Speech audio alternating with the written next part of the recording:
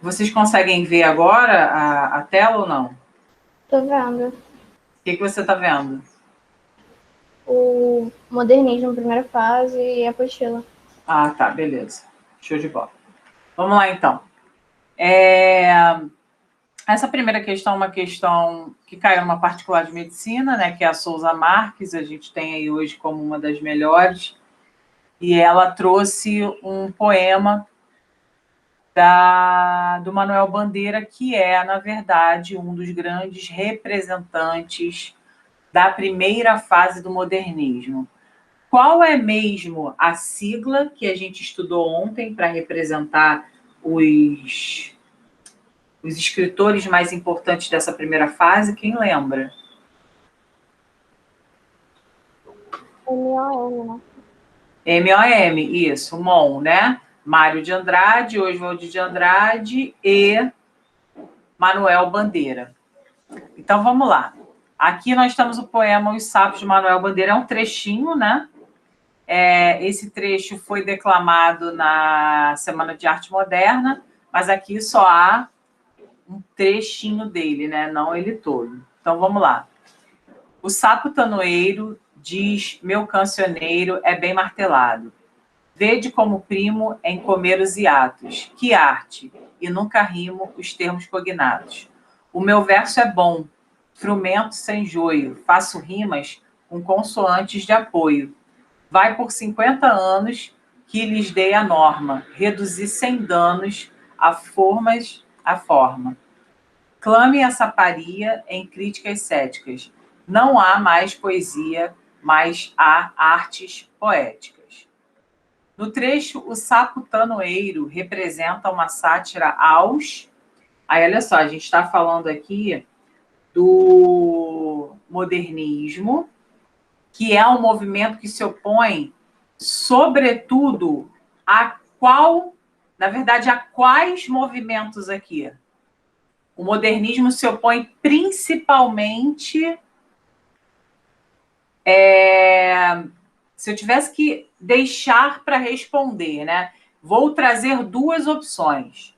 Quais opções eu vou manter em A, B, C, D e E? Levando em conta que o modernismo critica duas frentes principais. Quais nós podemos dizer que seriam aí as duas possibilidades de resposta? Fala para mim.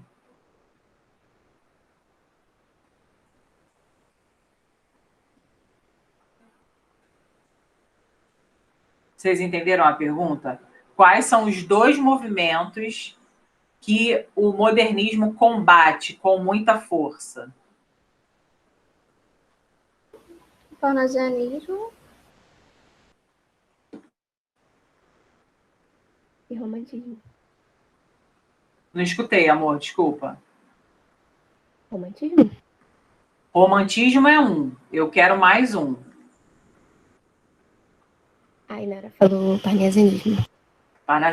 Falou, desculpa. Eu não vi. Falou no chat, eu não ouvi, desculpa. Tá me ouvindo? Agora eu tô. Agora eu tô. Ah, tá. Tá, então, parnasianismo e romantismo, exatamente. Então, olha só, presta atenção. A gente aqui, a gente tem um poema modernista, e quando eu penso em modernismo, gente, essas coisas que eu estou falando, vai a questão 1, lembrar de, tá? Vai fazendo a anotação aí. Quando eu tenho um poema modernista e eu tenho um enunciado que pede para eu reconhecer que o poema está representando uma sátira, então o que é a sátira? É a produção que tem um objetivo de tirar sarro, né? De descaracterizar alguma coisa. Então, quando eu penso nisso, e eu estou falando de modernismo, na mesma maneira, na mesma hora, na mesmíssima hora, eu tenho que pensar a qual movimento esse modernista está criticando. E aí eu penso no modernismo enquanto crítica, não ao arcagismo, não ao naturalismo, e, obviamente, eles não estão se criticando. Então, eu fico entre a letra B e a letra D. Só que aí, quando eu vou reler, na verdade, eu percebo que ele está falando da arte em si, ele está falando do verso dele, que é bom, que não tem joio, não tem a parte ruim, que ele faz rima com consoante, ou seja, com o que ele quiser. Né? Isso aqui é uma metáfora para ele querer dizer, eu faço rima com o que eu quero, e não com terminações vocálicas, que são terminações utilizadas em um determinado estilo literário. E aí ele fala, vai por 50 anos que lhes dei a norma, reduzir sem danos a formas a forma. Tipo, eu reduzi a forma, não importa mais a forma para mim. E aí, se eu penso em romantismo ou parnasianismo, eu penso que para essa produção do Manuel Bandeira, a máxima crítica que ele quis fazer quando ele fala não há mais poesia, há artes poéticas, eu percebo que ele está falando diretamente de quem? Porque, veja, eu não sei se vocês repararam, mas esse poema fala sobre o fazer poético. E isso já traz para mim uma concepção que lida com uma função da linguagem. Alguém sabe qual o nome da função da linguagem que utiliza ela mesma para poder fazer produções literárias? Qual o nome da função da linguagem que lida com a própria linguagem?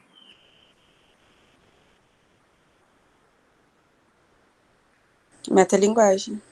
Exatamente. Então, a gente está diante de um poema que é metalinguístico, beleza. E quando a gente tem que pensar que esse cara está falando que não importa a forma como isso vai aparecer, que importa mais o jeito bom que é o verso dele, né? Que importa mais a arte poética do que a poesia propriamente, a gente está criticando o romântico ou o parnasiano?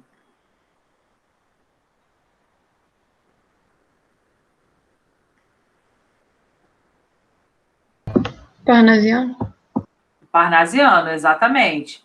É o parnasiano que tem essa mania de elevar a forma em detrimento do conteúdo. O conteúdo não é importante para o parnasiano. O que é importante para o parnasiano é a forma, é o soneto, é a métrica, é a rima, que tem de ser perfeitinha, tem de rimar o primeiro com o terceiro, o segundo com o quarto, toda aquela questão. Então, essa primeira, né, que a gente fez agora, ela lida com conhecimento, que é um conhecimento prévio que você tem de ter. Primeiro de tudo, pensar em Manuel Bandeira e já enquadrar, né, em uma perspectiva modernista. Pós essa ação, você tem que pensar, pô, o modernista criticava quem? Ele criticava o romântico e o parnasiano. Beleza, show. Agora eu vou reler o poema para perceber o que está sendo falado, e aqui eu percebo que está sendo falado sobre a própria poesia, sobre o próprio poema, a linguagem falando dela mesma, o que já evoca um conhecimento de função da linguagem, né? E aí, a partir disso, eu percebo que a crítica e a sátira é feita em cima dessa ideia parnasiana de que a forma é mais importante. Aqui ele está falando que não. Eu reduzi sem danos, tá?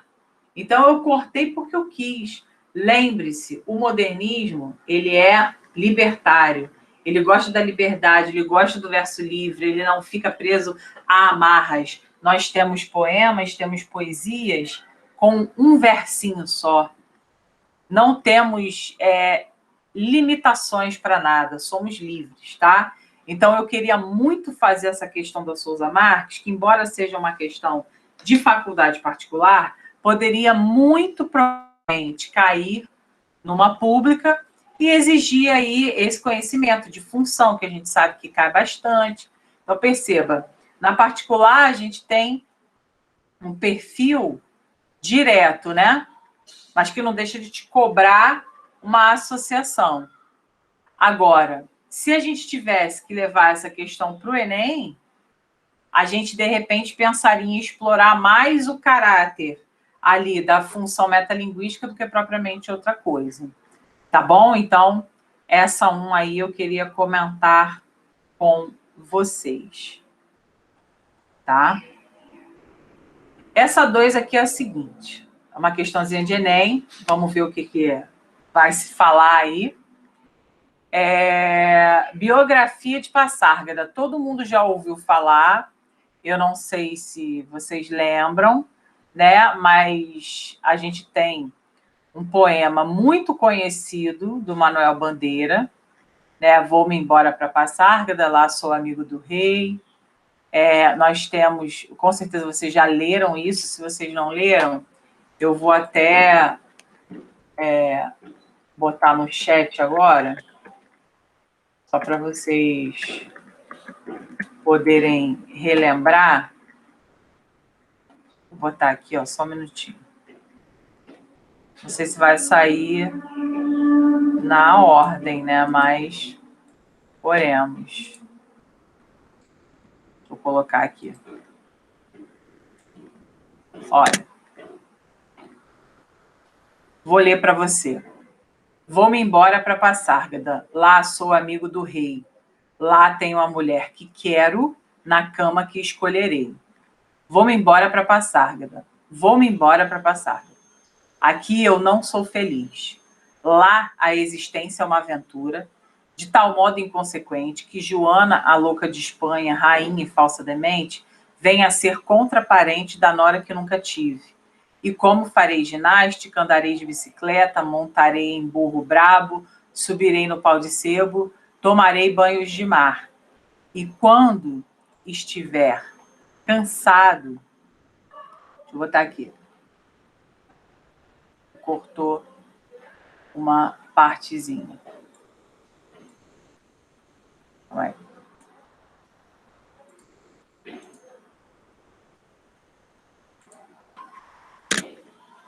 E quando estiver cansado, deito na beira do rio, mando chamar a mãe d'água para me contar as histórias que no tempo de eu menino, Rosa vinha me contar. Vou-me embora para Passárgada. Em Passárgada tem tudo. É outra civilização. Tem um processo seguro de impedir a concepção. Tem telefone automático, tem alcaloide à vontade, tem prostitutas bonitas para a gente namorar. E quando eu estiver mais triste de não ter jeito, quando de noite me der vontade de me matar, lá sou amigo do rei. Tenho a mulher que quero, na cama que escolherei. Vou-me embora para Passárgada, tá? Então a gente tem, esse é muito famoso, já cansou de cair em provas, colei aí o restinho para vocês. Já cansou de cair em provas e a questão lida exatamente com essa biografia aí, o depoimento de Manuel Bandeira a respeito da criação do seu poema. Vamos ver o que diz. Biografia de Passárgada. Quando eu tinha meus 15 anos e traduzia na classe de grego do Dom Pedro II a Ciropédia, fiquei encantado com o nome dessa cidadezinha fundada por Ciro, o Antigo, nas montanhas do sul da Pérsia, para lá passar os verões. A minha imaginação de adolescente começou a trabalhar e vi Passárgada e vivi durante alguns anos em Passárgada. Mais de 20 anos depois, num momento de profundo desânimo, saltou-me do subconsciente esse grito de evasão. Vou-me embora para Passárgada. Imediatamente senti que era a célula de um poema. Peguei do lápis e do papel, mas o poema não veio. Não pensei mais nisso. Uns 5 anos mais tarde, o mesmo grito de evasão nas mesmas circunstâncias. Desta vez, o poema saiu quase ao correr da pena. Se há belezas em Vou-me embora para Passárgada, elas não passam de acidentes.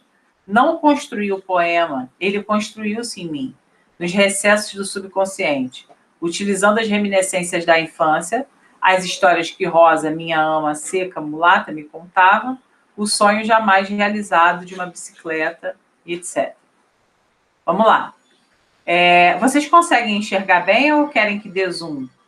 Tá dando para ver direitinho? Tá sim. Beleza. O texto é um depoimento de Manuel Bandeira a respeito da criação de um de seus poemas mais conhecidos.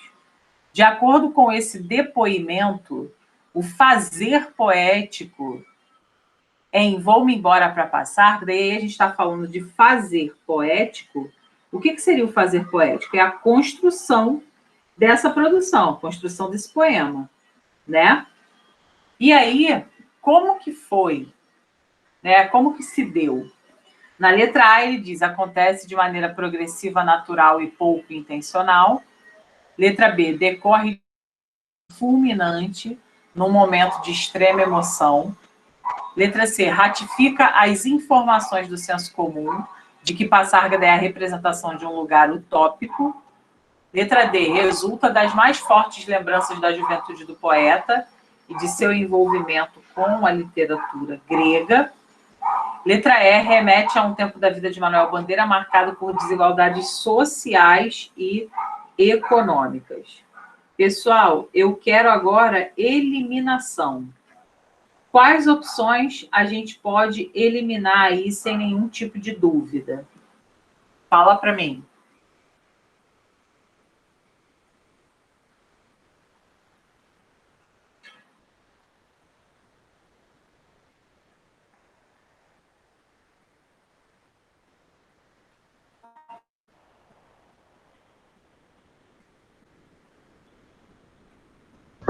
Dá para eliminar B? Não ouvi. Dá para eliminar B de bola? B de bola, sim. Por que a gente pode eliminar a B de bola? Não foi algo fulminante, né? Não foi dessa maneira. Ok? Se fosse fulminante, teria sido na hora, correto? Foi você, Sara, que falou, meu amor?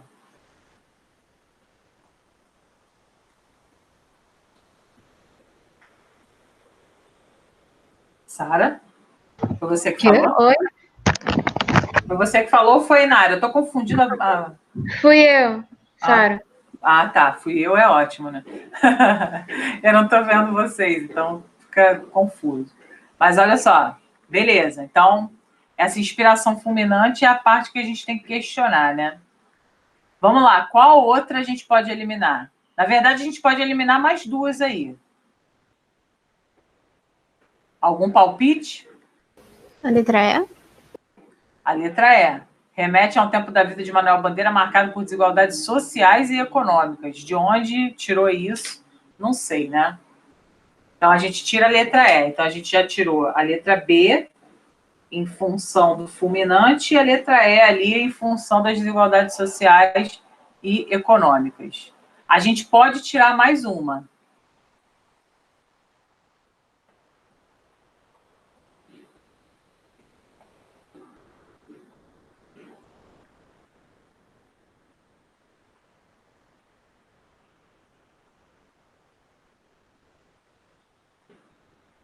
A D? A gente poderia tirar a D também, né? Mas eu acho que a gente tiraria mais a C, porque ele fala, ratifica as informações do senso comum de que Passárgada é a representação de um lugar utópico. A gente não tem a questão do senso comum sendo pautada nesse depoimento. E aí eu converso com vocês sempre sobre o seguinte: às vezes a informação pode até parecer verdadeira, porque aqui fora, na vida real, todo mundo costuma falar que Passárgada é um lugar utópico, porque lá ele vai ter o que a mulher que ele quer, na cama que ele escolher, ele vai ter drogas, porque ele fala, né, tem alcaloide à vontade, tem processo seguro de inventar a concepção, aí no caso gravidez, então ele vai meio que dar asas às questões sexuais dele, sem se preocupar. Então, assim, seria um paraíso, né? E aí o senso comum enxerga a Passárgada como isso. Há várias análises, principalmente na internet, que dizem que Passárgada é esse lugar criado, enfim. E aí, essa questão, ela pode até ser verdadeira para nós aqui, na realidade. Mas ele fala, de acordo com esse depoimento, então quer dizer, de acordo com esse depoimento, não é o que se pensa aqui fora, tá? E aí a gente vai para a resposta, que é a ideia de que acontece de uma maneira progressiva, de uma maneira natural e pouco intencional. Ele fala assim, ó, mais de 20 anos depois, no momento de profundo desânimo, saltou-me do subconsciente esse grito de evasão. Imediatamente senti que era a célula de um poema. Peguei o lápis, mas o poema não veio. Ou seja, não foi uma coisa que foi direto, que aconteceu novamente. Aí ele fala, não pensei mais nisso. Uns 5 anos depois, quer dizer, foi uma coisa que foi acontecendo. E aí, dessa vez, o poema saiu, naturalmente, tá? E aí ele fala, se há belezas em Vou-me embora para passar, elas não são acidentes. Se há um acidente, não é intencional. Aconteceu porque aconteceu. E aí ele diz, não construiu o poema, ele construiu-se em mim. Então é algo natural, é um processo. É isso que ele quer dizer, tá?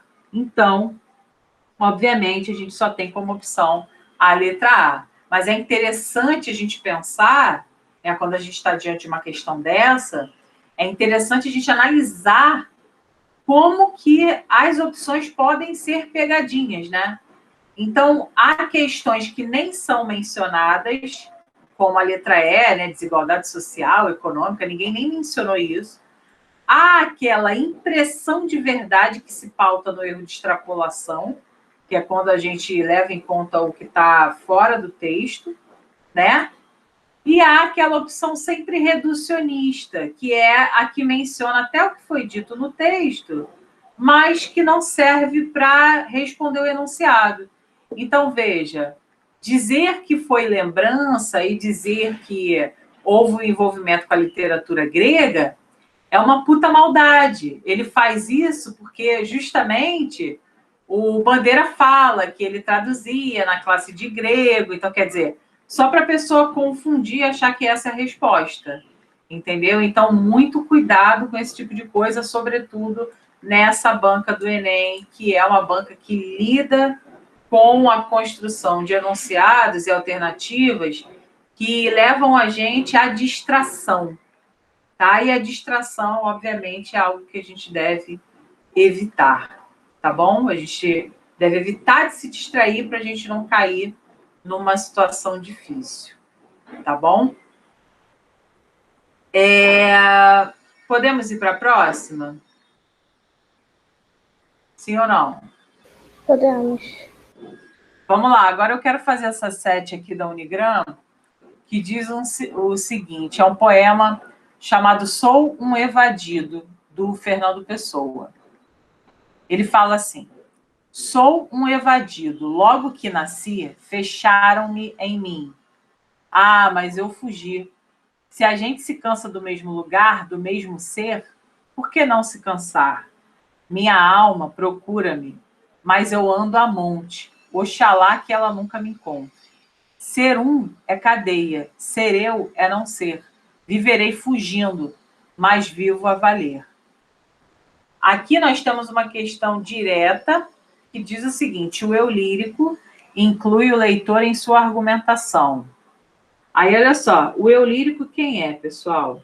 O eu lírico é a voz do poema, né? É sempre bom a gente pensar, a gente rever esses conceitos literários, de que quando a gente fala eu lírico, a gente está falando da voz do poema. Então, por exemplo, Inara vai escrever um poema. Não necessariamente o eu lírico vai casar com as ideias da Inara. A Inara pode, na verdade, construir, né, uma espécie de eu lírico que nada tem a ver com o que ela é ou com o que ela pensa. Então, uma coisa é ser eu lírico, outra coisa é ser o poeta, né? É ser essa manifestação poética que é o eu lírico. O eu lírico também é chamado de eu poético, tá bom? Então, a gente pode ter, por exemplo, a Júlia escrevendo um poema como se fosse um homem, mas, na verdade, ela é mulher. A gente pode ter, por exemplo, o Rômulo escrevendo um poema, só que pode ser o eu lírico feminino. Então, é importante separar o que é o autor, o que é o escritor, né, do eu poético. E aí ele fala, o eu lírico inclui o leitor em sua argumentação. Então, ele inclui na terceira estrofe, na primeira, na quarta, na segunda, ou na segunda e na terceira, gente. Qual você marca aí? Qual vocês marcam como gabarito? Certo. Certinho, a resposta certinha.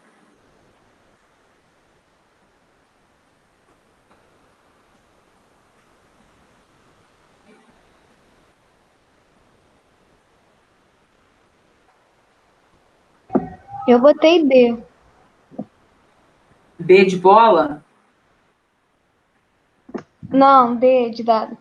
A, D de dado. Sim, ó, na segunda estrofe apenas. Por quê?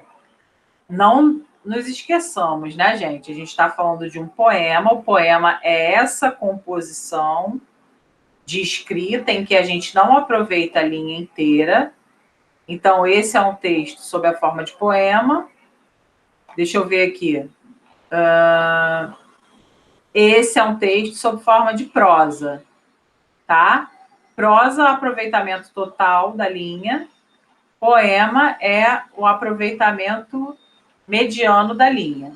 Cada bloco de versos representa uma estrofe. E cada verso é representado pela linha do poema. Então, de fato, a gente tem aqui, né, gabarito letra D de dado, por quê? Porque ele fala, se a gente se cansa, e quem é a gente, pessoal? A gente equivale à primeira pessoa do plural, nós, né? A gente sou eu e vocês. Então, nós. E aí, uma questão bem tranquila. Veja que a Unigran Rio, para cobrar literatura, ela já cobra de uma maneira muito tranquila, né? Ela cobra basicamente ali um reconhecimento. Claro, a pessoa tem que saber a estrutura do poema, tem que saber contar, se é a primeira estrofe, se é a segunda estrofe. Tem gente que não sabe o que é estrofe, então fica difícil, né? A pessoa não consegue saber o que é. Então, é claro, há mínimos conhecimentos básicos que são cobrados aí, né? Aqui nós temos uma questão de gramática, mas eu não vou fazer porque não interessa agora fazer. Mas a 9 eu vou fazer, a 10 eu vou fazer, a 11 eu vou fazer, porque são interpretações, tá? Então, vamos lá. O eu lírico expressa um desejo em, letra A, ser eu é não ser. Letra B, mas eu fugi. Letra C, logo que nasci fecharam-me em mim. Minha alma procura-me, mas eu ando a monte, na letra D. E letra E, oxalá que ela nunca me encontre. Onde nós temos uma expressão de desejo, pessoal?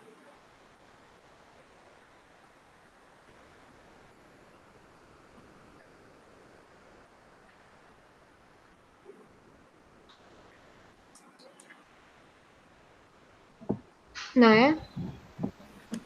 Letra E. A gente tem o que a gente chama de oração optativa, que é uma oração que exprime o desejo, né? Então, oxalá que ela nunca me encontre é basicamente tomara que ela nunca me encontre, tá? Vamos para 10. Decorre da evasão empreendida pelo eu lírico. Letra A, sua cisão interna. Letra B, seu desprezo pelo mundo. Letra C, seu desejo de morrer. Letra D, sua ausência de esperança. Ou letra E, seu isolamento social. O que você marca? Essa evasão que ele busca decorre de quê?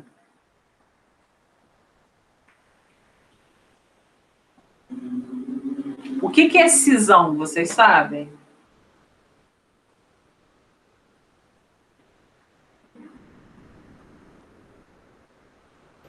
Eu não sei, não. Uma quebra, ruptura. Isso. Exatamente. Uma quebra, uma ruptura, uma divisão, uma fragmentação. Tá bom? E aí, do que decorre essa evasão que o Eurídico deseja? É da quebra, da fragmentação interna dele, do desprezo dele pelo mundo, do desejo de morrer, da ausência de esperança ou do isolamento social. Vou voltar aqui, ó.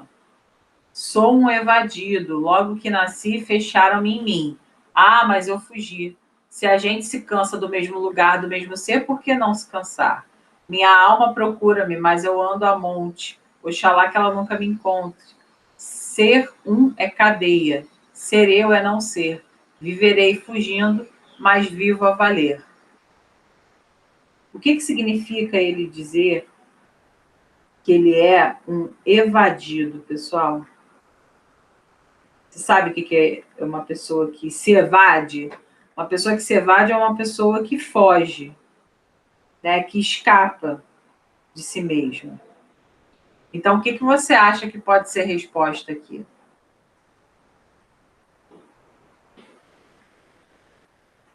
É o desprezo, é o desprezo dele pelo mundo? É o desejo de morrer? É o quê? Fala aí, desculpa, não ouvi, amor. Letra A? É a letra A. É a letra A, porque ele sabe, ele se vê nessa condição, né, de que ele não está conseguindo se enxergar ali. Ele fala, ser eu é não ser, olha para cá, ser eu é não ser, ser um é cadeia, ser eu é não ser, quer dizer, a noção ali de personalidade dele já foi embora, né? Não existe, ele não se reconhece. Então, ele quer buscar outras maneiras de ver a vida. Isso não tem a ver com desprezo pelo mundo, isso não tem a ver com desejo de morrer, isso não tem a ver com ausência de esperança, porque ele não menciona isso, né? E muito menos o isolamento social. Na verdade, ele está passando por um processo, né, de reconhecimento, digamos assim, e aí ele fugiu, né? Ele vai em busca do que ele precisa. Ele não está conseguindo se enxergar. Então, esse desejo dele, né, vem da percepção de que ele é fragmentado, de que internamente ele não vai conseguir se encontrar. Por isso ele busca, ele é um evadido, ele foge daquilo que está determinado para ele, tá? Essa fuga na 11, vou fazer a 11 também, para a gente fechar o bloco da Unigram. A fuga retratada no poema é uma fuga, letra A, do anonimato, letra B, da identidade, letra C, da multiplicidade, letra D, da sociedade ou letra E, da aparência. O que a gente pode marcar aí, sabe?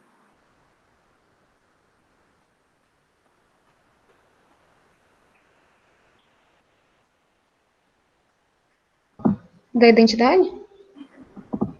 Da identidade, exatamente. Letra B de bola. Então, ele está ali, né, tentando se reconhecer, não consegue. Ele fala da questão de ser eu, né? Ser um é cadeia. Ser eu aqui, ó.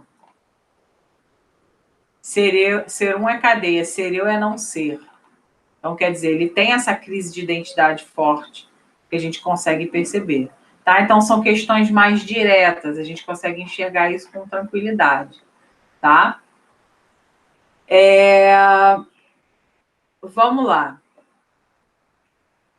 Vamos fazer essa aqui, ó. Essa 15. Gaetaninho. Ali na Rua do Oriente, a ralé, quando muito, andava de bonde. De automóvel ou de carro, só mesmo em dia de enterro ou de casamento. Por isso mesmo, o sonho do Gaetaninho era de realização muito difícil. Um sonho. Traga a bola! O Gaetaninho saiu correndo. Antes de alcançar a bola, um bonde o pegou e matou. No bonde vinha o pai do Gaetaninho. A gurizada assustada espalhou a notícia na noite. Sabe o Gaetaninho? O que é que tem? Amassou o bonde. A vizinhança limpou com benzina suas roupas domingueiras. Às 16 horas do dia seguinte, saiu um enterro da Rua do Oriente e Gaetaninho não ia na boleia de nenhum dos carros do acompanhamento. Ia no da frente, dentro de um caixão fechado com flores pobres por cima. Vestia a roupa marinheira, tinha as ligas, mas não levantava a palhetinha. Quem na boleia de os carros do cortejo mirim exibia soberbo terno vermelho, que feria a vista da gente, era o Bepinho. Situado no contexto da modernização da cidade de São Paulo, na década de 1920, a narrativa utiliza recursos expressivos. Então, olha só. Situada no contexto da modernização da cidade de São Paulo na década de 20. Então, a gente está ali naquele contexto que a gente estudou. Essa narrativa utiliza recursos expressivos inovadores. Que recursos expressivos são esses? Veja que, olha só, o texto é de Machado, Alcântara Machado, né? Que é um dos representantes do modernismo no Brasil, mas não tem tanta voga, ele não é tão importante assim. Mas o enunciado já fala para gente que a narrativa utiliza recursos expressivos. Então, inovadores, que era justamente como se enxergava o modernismo naquela época. E aí, o que a gente pode dizer, na verdade? Né? Existe o que aí? Letra A, o registro informal da linguagem e o emprego de frases curtas. Letra B, o apelo ao modelo cinematográfico com base em imagens desconexas. Letra C, a representação de elementos urbanos e a prevalência do discurso direto. D, a encenação crua da morte em contraponto ao tom respeitoso do discurso. Ou letra E, a percepção irônica da vida assinalada pelo uso reiterado de exclamações. O que a gente pode perceber aqui? Vou puxar um pouquinho para você ler novamente, tá? Leia novamente.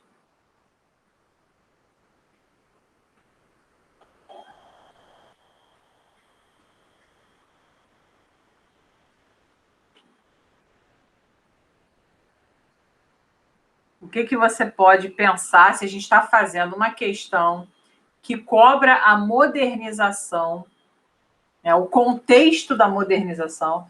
Então, estamos falando de modernismo. Se fala na década de 20, a gente está falando do primeiro momento do modernismo. E o que a gente pode entender aí dessa questão? O que a gente pode, na verdade, quais que a gente pode eliminar?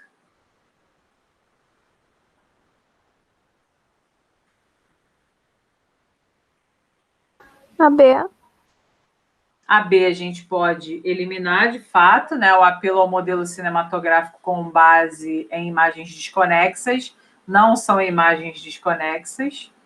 Elas têm ali, né, uma perspectiva bem conectada, então não faz sentido marcar a letra B.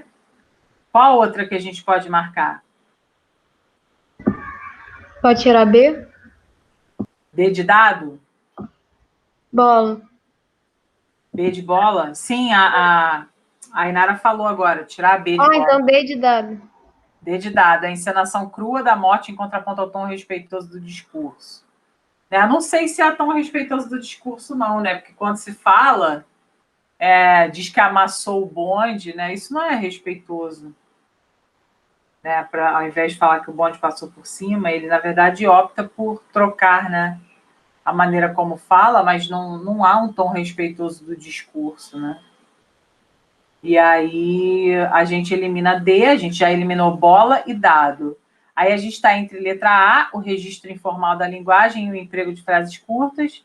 Letra C, a representação de elementos urbanos e a prevalência do discurso direto.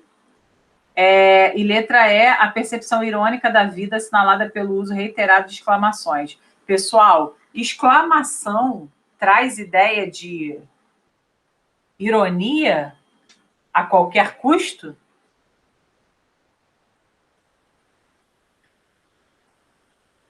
Não. Não. Quando a gente usa exclamação, não necessariamente a gente está sendo irônico, a gente pode estar querendo ser enfático, a gente pode estar querendo chamar a atenção, né? Então, a letra E também aqui é uma letra que pode ir embora. Aí a gente fica entre a letra A, né?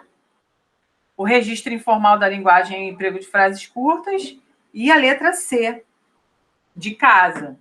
E aí, quando a gente pensa em letra C, a gente pensa na letra C, a gente tem assim, a representação de elementos urbanos e a prevalência do discurso direto. O que é o discurso direto? Discurso direto é a fala do personagem representada, tá? Então, a gente estudou discurso direto, discurso indireto e discurso indireto livre. Discurso direto, representação fiel da fala do personagem. Discurso indireto, representação em terceira pessoa da fala do personagem. Discurso indireto livre, representação de maneira indireta, porém com incursões ali discursivas, que não podemos delimitar se foi a personagem que indicou ou se foi o narrador que tudo conhece a respeito da personagem em si.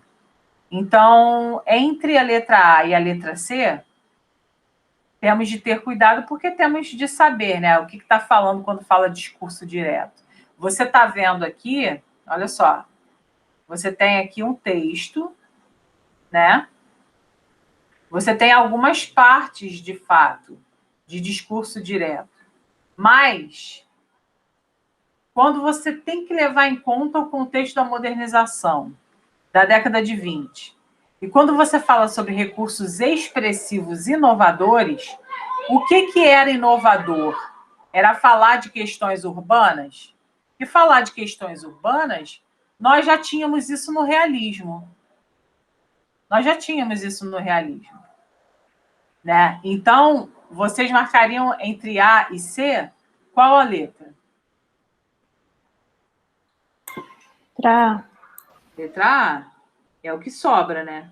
Porque justamente como os modernistas, eles tinham essa pegada de liberdade, de fazer algo diferente daquilo que sempre foi feito, eles queriam ser naturais, informais.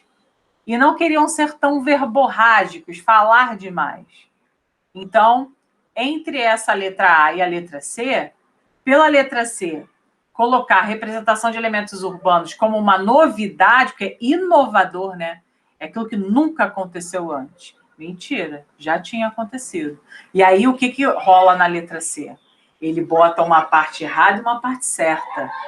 Porque tem ali uma prevalência boa de discurso direto. Mas aí a gente tem que sempre ler toda ela correta aqui dentro disso que eu estou lendo. A informalidade da linguagem? Com certeza. A gente percebe aí, né, uma informalidade. E quando a gente vê essas frases que são muito diretas, a gente está justamente lidando com esse caráter do modernismo de evitar de ser verborrágico, de evitar de falar demais. Isso é uma questão bem importante dentro desse movimento. Por isso que as produções são mais sucintas, né? As produções são mais sucintas, são mais, como é que eu posso dizer? São mais diretas, não são tão extensas quanto as que a gente tinha, por exemplo, no romantismo. Beleza ou não, pessoal? Tudo bem? Já. Mas assim, para generalizar, o que são recursos expressivos? É porque eu fiquei presa muito no discurso direto.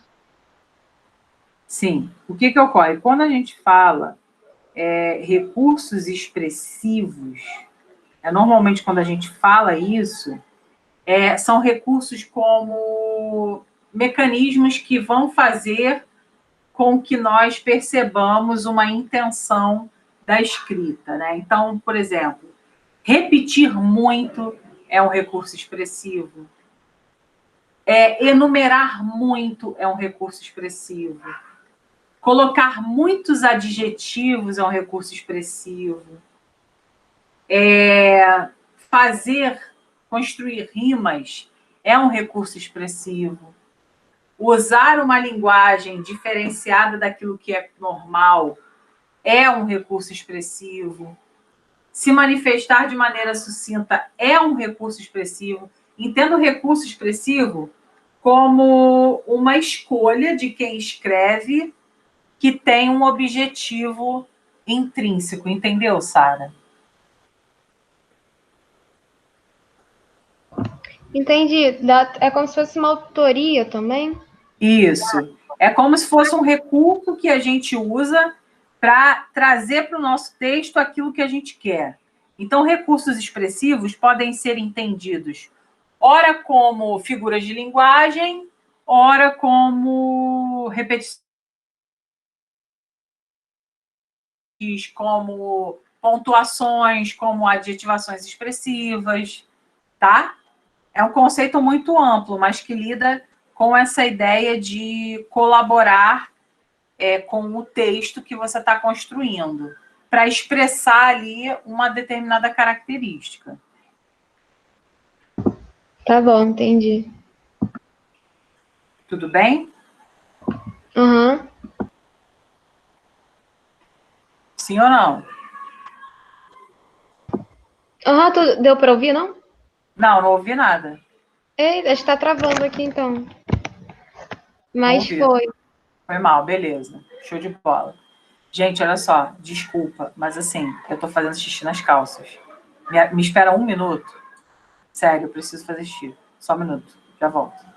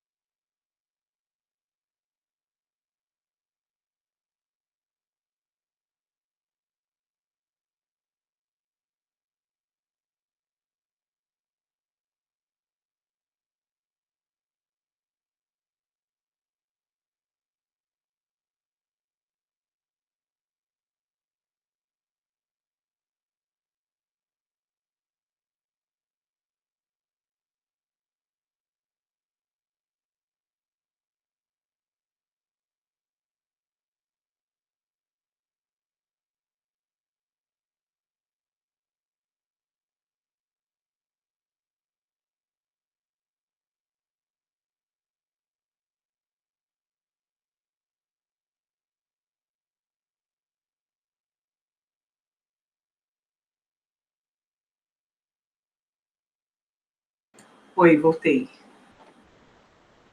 Caraca, tava real precisando fazer um xixi, gente, vocês não estão entendendo. Tá passando mal. Vamos lá, ó. Deixa eu dar uma avançada aqui agora.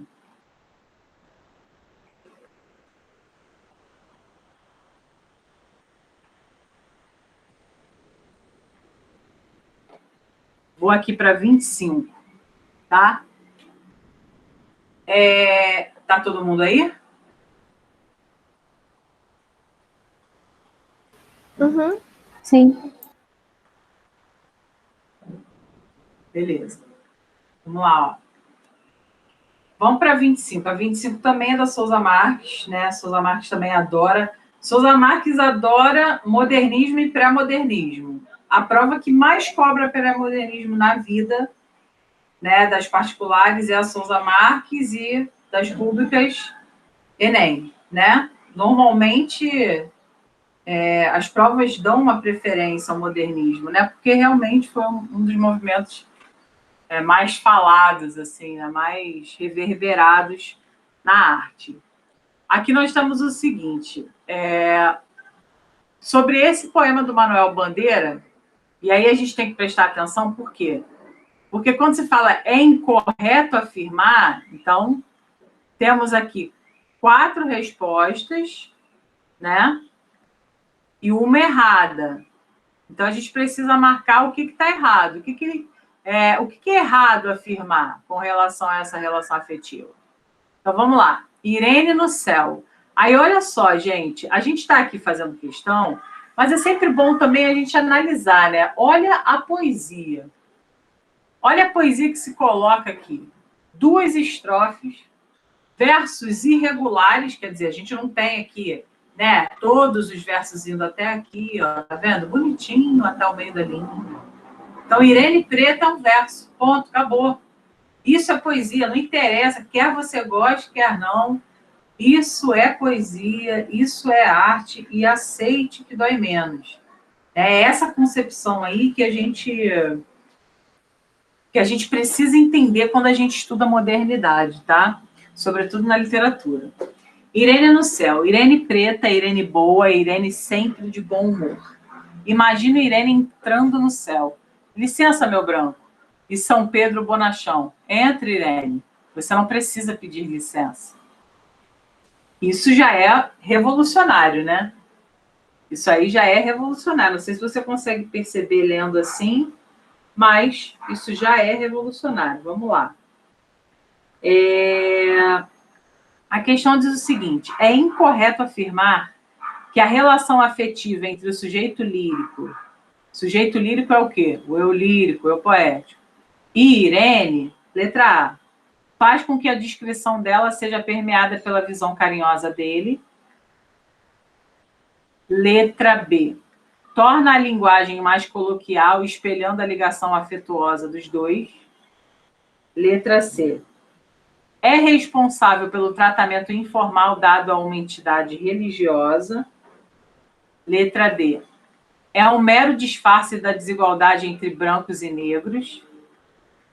Letra E, é, na visão dele, compartilhada até mesmo por São Pedro.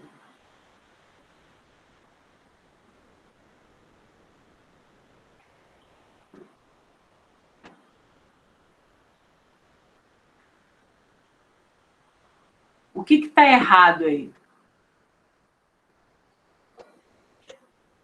O que a gente consegue... Quais são as certas que a gente já vê assim, ah, não, realmente isso aqui está acontecendo. Vamos eliminar as certas aí. A letra E. Não ouvi. Falei a letra E. A letra E é certa. Beleza. Letra B também. Letra B também. Torna a linguagem mais coloquial, espelhando a ligação afetuosa dos dois. Sim. Se você marcou letra B, para eliminar, tu também pode eliminar uma outra. Qual é? Essa. Você pode eliminar a A também, ó. Faz com que a descrição dela seja permeada pela visão carinhosa dele, porque se você está falando que espelha uma ligação afetuosa dos dois, é porque tem ligação afetuosa, obviamente, lida ali com a visão carinhosa, né? Você eliminou a B, você já tem que eliminar a A. E aí, na letra C, é responsável pelo tratamento informal dado a uma entidade religiosa. E aí, quem garante isso? A letra C está certa. A gente quer errada, né? A gente quer errada. É incorreto afirmar. Por que a letra C, então, está certa? Qual é o tratamento informal dado a uma entidade religiosa? Qual é a palavra que denota isso para a gente?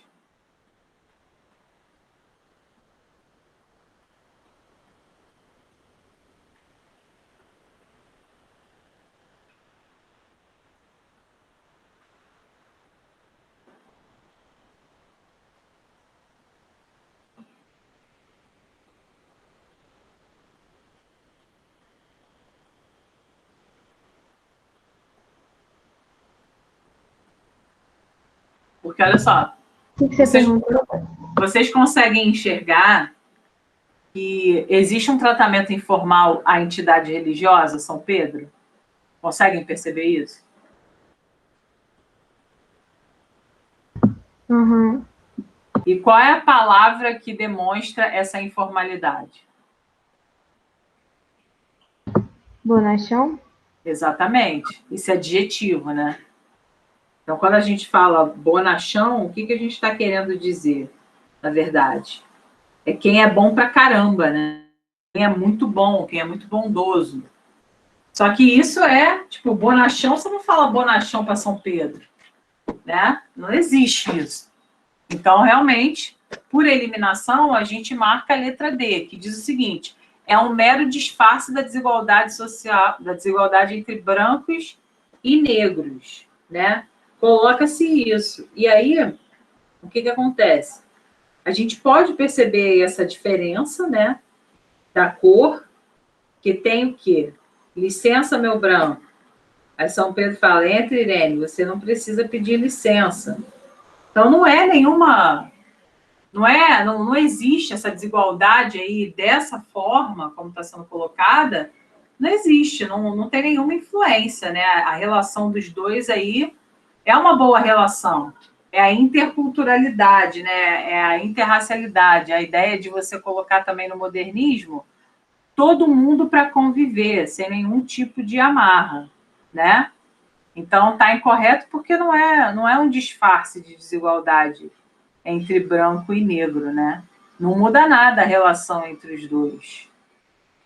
Ela fala licença meu branco, e é claro, quando a gente pensa nisso, né? É claro, a questão não falou sobre, mas quando a gente pensa nesse licença meu branco da Irene, sendo a Irene negra, a gente enxerga aqui uma supremacia do branco, né? Porque o negro tem para o branco. Existe toda uma concepção aí de sociedade pautada no escravismo, do negro sempre abaixo do branco. Não foi essa a questão não pediu isso. Né? Mas eu estou trazendo esse pensamento para a gente. Quando a gente tem licença, meu branco, né, com uma perspectiva do tipo assim, você me dá licença, você me concede a licença, será que eu posso? Sempre numa subserviência do negro ao branco, né? Aí sim tem uma crítica, mas com relação à relação afetiva entre o sujeito olímpico e a Irene, não é verdade que constitui um mero disfarce da desigualdade entre eles, tá? Então, essas questões que pedem o incorreto são questões que a gente tem que aplicar a nossa atenção para poder não ter problema, né? Vamos para essa 26 aqui. Vamos lá. Quando se fala de modernismo, gente, se cobra muito Fernando Pessoa também, tá?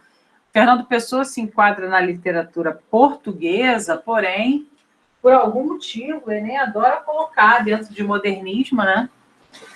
O Fernando Pessoa. Então, vamos fazer essas questões também, porque são legais de a gente pensar. O texto 1 diz o seguinte, da 26. Fundamentam-se as regras da gramática normativa nas obras dos grandes escritores, em cuja linguagem as classes ilustradas põem o seu ideal de perfeição, porque nela é que se espelha o que o uso idiomático estabilizou e consagrou. Dentre os mais importantes da nossa sociedade, Rocha Lima é um grande nome. Não chega a ser um Bechara da vida, mas é igualmente respeitado. O texto 2 diz o seguinte: gosto de dizer, direi melhor, gosto de palavrar. As palavras são para mim corpos tocáveis, sereias visíveis, sensualidades incorporadas. Talvez porque a sensualidade real não tem para mim interesse de nenhuma espécie, nem sequer mental ou de sonho. Transmudou-se-me o desejo para aquilo que em mim cria ritmos verbais, ou os escuta de outros. Estremeço se dizem bem. Tal página de Fialho, tal página de Chateaubriand fazem formigar toda a minha vida em todas as veias. Fazem-me raivar tremulamente quieto de um prazer inatingível que estou tendo. Tal página, até de Vieira, na sua fria perfeição de engenharia sintática, faz tremer como um ramo ao vento, um delírio passivo de coisa movida. Pica. Eu acho Fernando Pessoa, como ele escreve, eu acho foda, cara. As referências que ele faz. Fernando Pessoa é um cara muito, muito bacana assim, de se estudar, né? Ele é muito difícil. Né? Tem poesia que tu lê que tu fala assim, caralho, peraí, vou ler mais umas 300 vezes. Fernando Pessoa é um cara que tem na literatura, heterônimos, né? Como se fossem eupoéticos, eulíricos distintos. Então, ele tem 3 heterônimos, ele tem 3 assinaturas, né, de poesia, e cada um segue um estilo. É muito foda, só sendo foda para fazer isso, né? E aí ele fala aqui, ó, tal página até de Vieira. Quem é Vieira? E a perfeição da engenharia sintática. É o padre Antônio Vieira que a gente estuda. Vamos ver aqui o que a questão quer. A linguagem cumpre diferentes funções no processo de comunicação. A função que predomina nos textos 1 e 2. Letra A, destaco como se elabora a mensagem, considerando-se a seleção, a combinação, a sonoridade do texto. Letra B, coloca o foco no com o que se constrói a mensagem, sendo o código utilizado seu próprio objeto. Letra C de casa. Focaliza o quem produz a mensagem, mostrando seu posicionamento e suas impressões pessoais. Letra D, orienta-se no para quem se dirige a mensagem, estimulando a mudança de seu comportamento. Ou letra E, enfatiza sobre o que versa a mensagem, apresentada com palavras precisas e objetivas. Pessoal, aqui é uma questão de função da linguagem dentro, né, de um texto modernista. Então, vamos lá. Eu quero que vocês me digam da letra A à letra E, porque, não sei se você está reparando, mas a letra A, a letra B, a letra C, a letra D, a letra E, são traduções das funções da linguagem. Eu quero que vocês me digam, dentro das funções, quais são as funções? Emotiva ou expressiva, conativa ou apelativa, referencial, fática, metalinguística e poética. Eu quero que vocês me digam qual é a letra A, qual é a letra B, qual é a letra C, qual é a letra D e qual é a letra E. Vai, estou no aguardo.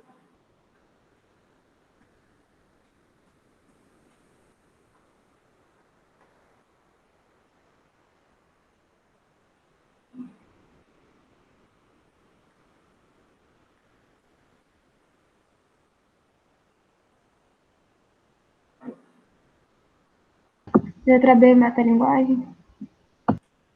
Letra o quê? B de bola. Letra B é metalinguagem. Beleza. É a metalinguística, né? Vai.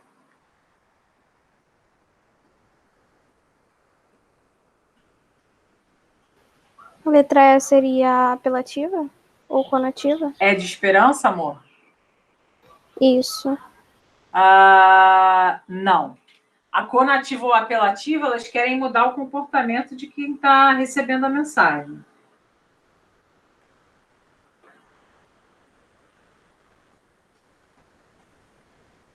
Tá? Então, aqui, no caso, a letra D é a conativa ou apelativa, tá, Inara? Ah, sim. Ah, tá, verdade, não tinha lido.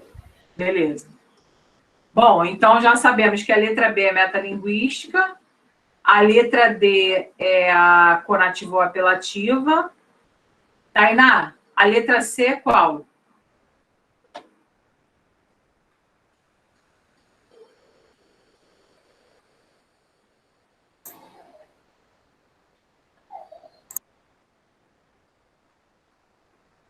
Não ouvi.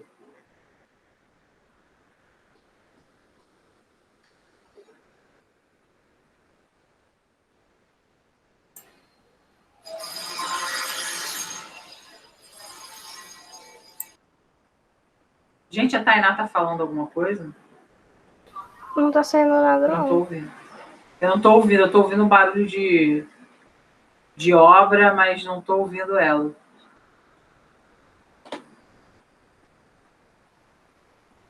Ó, caiu. Caiu. Vou esperar ela voltar.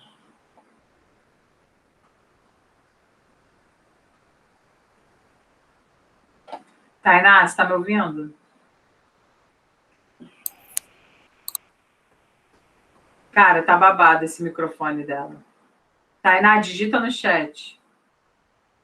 Eu te perguntei uma coisa, olha só, presta atenção. Eu perguntei qual é a função da linguagem da letra C.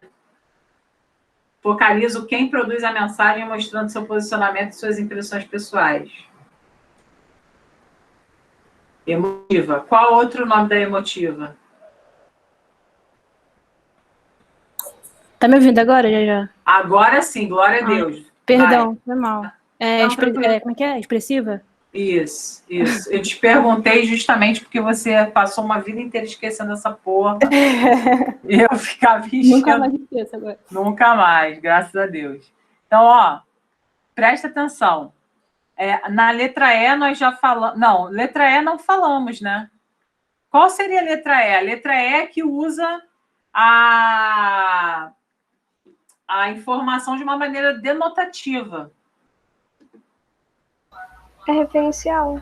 Referencial, isso. Referencial. Então, ó, a letra A não falamos. Destaca o como se elabora a mensagem, considerando-se a seleção, combinação, sonoridade do texto. A letra A seria a função o quê, gente? Júlia, sabe, Júlia? Tática? Não, fática é aquela que a gente estabelece diálogo, tá? Fática é aquele, oi, tudo bem? Tchau, e aí? Sempre numa perspectiva dialógica, para você testar o canal de comunicação. Quando você fala aqui sobre selecionar, combinar, criar sonoridade, esses recursos são recursos expressivos da poética. Então, a gente tem aqui a função poética, que o foco é na mensagem em si. Como que a gente vai selecionar as mensagens para criar uma sonoridade, tá bom? Beleza, entendi. Então, show, ó. Letra A, poética. Letra B, metalinguística, né? Letra C, emotivo-expressiva. Letra D, conativo ou apelativo. E letra E, a referencial. Aqui, no caso, como eles falam sobre o fazer poético, sobre o escrever, sobre a palavra, a gente tem aí a letra B como gabarito, tá? Coloca o foco no com o que se constrói a mensagem, sendo o código utilizado do seu próprio objeto. Beleza? Vamos lá. Nós temos aqui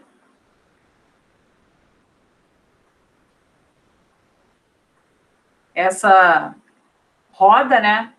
A roda de bicicleta do Duchamp. Beleza? E nós temos o... Aí tá aqui, né?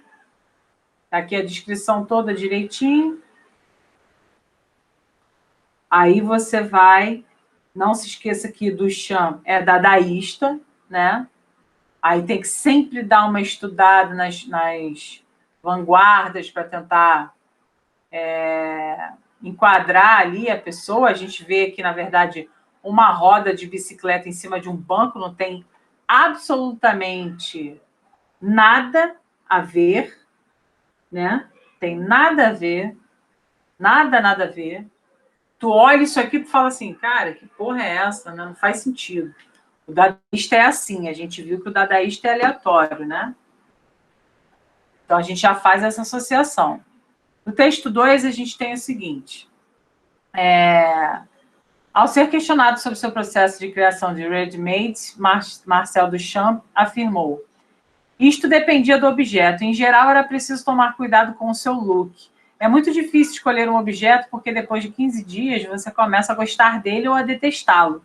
É preciso chegar a qualquer coisa com uma indiferença tal que você não tenha nenhuma emoção estética.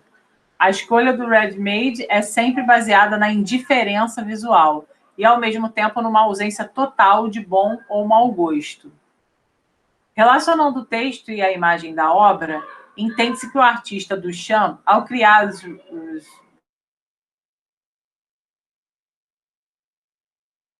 de fazer arte que consiste em: letra A, designar ao artista da vanguarda a tarefa de ser o artífice da arte do século XX. Letra B, considerar a forma dos objetos como elemento essencial da obra de arte. Letra C, revitalizar de maneira radical o conceito clássico do belo na arte. Letra D, criticar os princípios que determinam o que é uma obra de arte. E letra E, atribuir aos objetos industriais o status de obra de arte. Pessoal, o que a gente pode eliminar aí?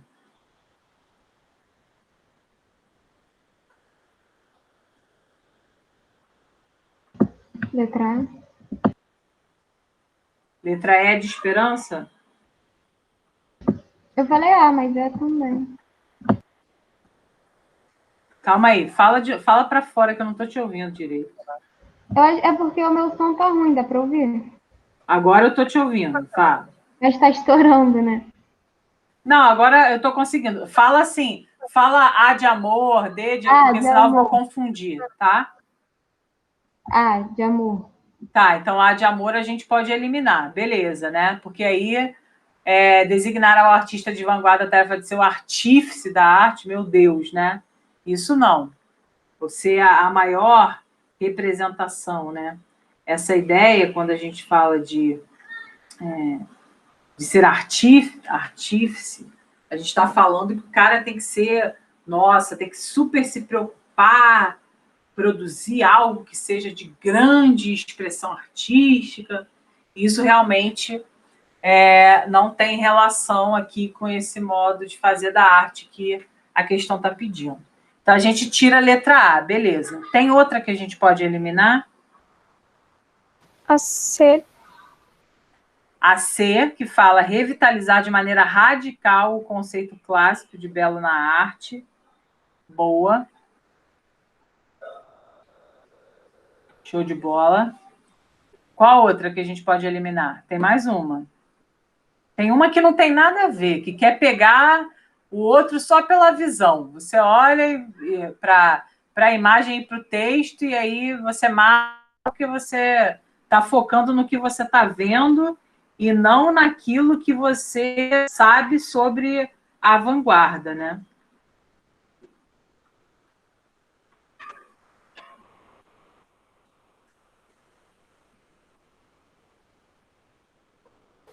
A B de bola. Eu não diria que essa definição que eu dei era da B, não. Eu diria que é da letra E, né? Atribuir aos objetos industriais o status de obra de arte. Tipo assim, objeto industrial. O cara vê a roda e fala, é isso. Só que não, tá? Na verdade, quando você percebe os dois, você consegue enxergar aí que existe uma crítica. E essa crítica é aqui. Porque quando você olha uma roda de bicicleta em cima de um banco de madeira, cacete, pelo amor de Deus, né? Então a gente não tá lidando aqui, né? As pessoas criticavam muito e questionavam muito na época de que isso não seria uma obra de arte, né? E a ideia do dadaísmo é justamente isso, é justamente trazer, é justamente criticar o que as pessoas estão chamando de obra de arte. Por isso que é algo extremamente desconstruído, né? Basicamente, a aleatoriedade que não tem uma... Como é que eu posso dizer? Não tem uma linha ali correta de pensamento. É a aleatoriedade. Ver o texto, né? Em que no texto ele fala a escolha é sempre baseada na indiferença visual e ao mesmo tempo numa ausência total de bom ou mau gosto, é a aleatoriedade.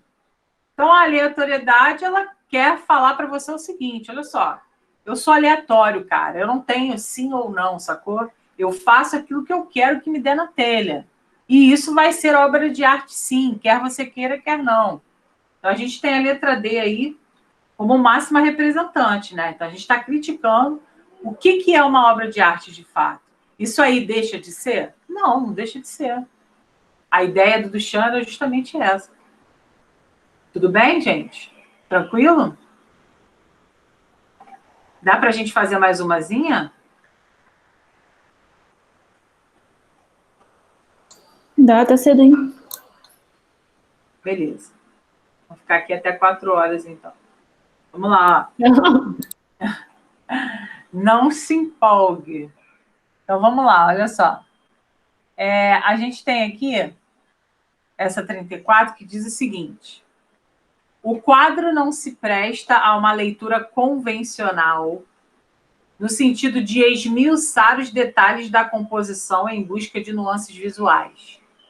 Na tela, há apenas formas brutas, essenciais, às quais remetem ao estado natural e primitivo. Os contornos inchados das plantas, os pés agigantados das figuras, o seio que atende ao inexorável apelo da gravidade, tudo é raiz. O embasamento que vem do fundo, do passado, daquilo que vegeta no substrato do ser. As cabecinhas sem faces servem apenas de contraponto. Estes não são seres pensantes, produtos da cultura e do refinamento. Tampouco são construídos, antes nascem, brotam como plantas, sorvendo a energia vital do sol de limão. A palheta nacionalista de verde planta, amarelo sol e azul e branco céu, a pintora acrescenta o acre avermelhado de uma pele que mais parece argila. A mensagem é clara. Essa é a nossa essência brasileira. Sol, terra, vegetação. Dita das fórmulas pictóricas tradicionais. Então, a gente já consegue, aqui, só de ler, perceber, né, que está falando da obra da Tarsila, né, a própria questão fala, tal comentário aplica-se à seguinte obra da Tarsila. Qual obra? Então, ele fala sobre contornos, né, ele fala isso, ele fala sobre contornos inchados, né? Ele fala sobre a questão da vegetação, do fundo e tudo mais. E aí nós temos, vamos lá, ó, antropofagia, temos a Baporu, temos a negra, temos o sol poente e temos São Paulo. Então, a gente já, obviamente, tira São Paulo, né? Que nada tem a ver. A gente também tira o sol poente porque não existe essa questão aí do seio e tudo mais, né? A gente não tem essa questão que ele fala aqui em cima, ó. Ele fala assim, os contornos inchados das plantas, os pés agigantados das figuras, o seio que atende ao inexorável apelo da gravidade. Isso aí não acontece, né? Não está rolando. Beleza. Aí a gente está aqui.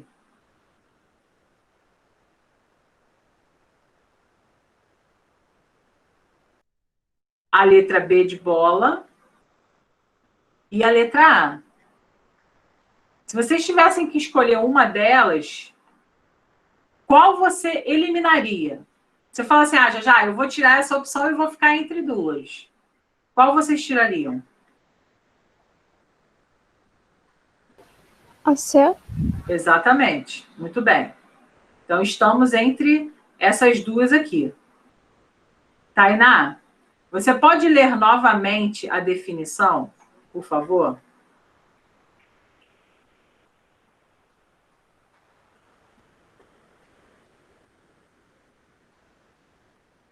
Foi anunciado, já? Tainá, tá me ouvindo? Acho que não. Sara, tá me ouvindo? Eu te respondi, você não me ouviu? Não te ouvi. Tá Foi fora. anunciado, tá complicado. É anunciado? Lê aqui, lê o texto novamente e tente pensar, né? Vamos tentar já pensar numa perspectiva aí de resposta, em qual dos dois quadros a gente tem a descrição que se fala, tá? Deixa eu voltar aqui. Fala aí, amor. Lê aí.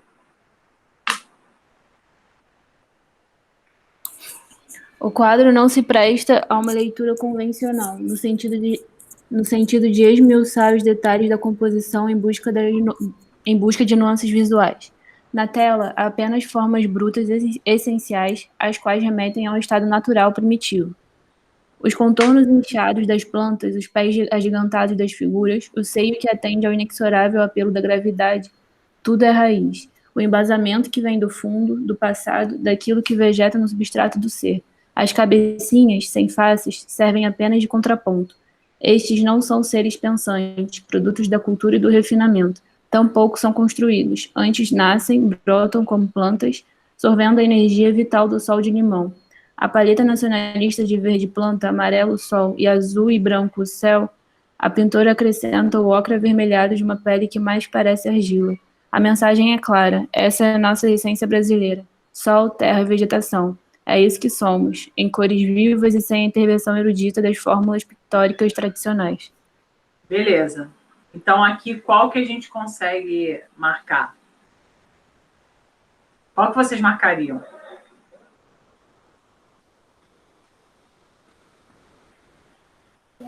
A letra A. Letra A, com certeza, né? Que aqui está o sol de limão, as cabecinhas que não se apresentam, né, com faces, né, representando aí, ó, o que ele diz, ó, contorno inchado, né? A gente tem todas essas definições marcadas por esse quadro, que é o quadro do momento antropofágico da Tarsila do Amaral, né? Antropofágico, e aí, obviamente, servido de inspiração para o movimento antropofágico do marido dela da época, que era o Oswald de Andrade. Tá bom, gente? Então, assim, bacana fazer essas questões com vocês, eu acho que é sempre bom, e também, de alguma maneira, né, é importante para que vocês vejam como é bacana você tentar fazer, né, novas questões, porque, assim, é só pegando a questão para fazer que você vai conseguir enxergar como que se dá, né? Como que isso se dá. Então, vocês estão liberados já para fazer todas as questões, são, se eu não me engano, ó, são 50, agora eu não me lembro. Não, são mais, ó. Essas questões aqui, elas são fundamentais, tá, gente? Todas elas foram escolhidas a dedo para que vocês pudessem fazer. Se não me engano, são 80. Agora eu estou pensando, são 80, são... Aqui, ó. A gente para aqui, na 297, essa questão, toda essa página, na verdade, são 80 questões. Vocês vão reparar a ocorrência dentro das provas. Então, vale a pena, eu sei que você ainda não estava com a apostila, mas vale a pena tentar fazer essas questões para poder enxergar e ver assim, caraca, já, por que eu fiquei entre a A e a C? O que tem na D que não tem na B? Por que é sempre... Gente, exercício, sinceramente. Cara, se você assistir a aula e tentar fazer o exercício, você vai aprender tanto, mas tanto, mas tanto. Então, não desperdice, não se deixe, porque eu estou sem papel, aí eu fico assim, não. Faça o exercício, é fundamental, tá? É fundamental, até para que vocês se acostumem a fazer, porque é isso que vocês vão fazer, né, meus amores? A prova nada mais é do que um exercício prestes a acontecer, tá bom? Bom, eu vou parar a nossa gravação aqui. Obrigada pela atenção de vocês e pela participação. E um beijo, tá? Amanhã a gente se vê.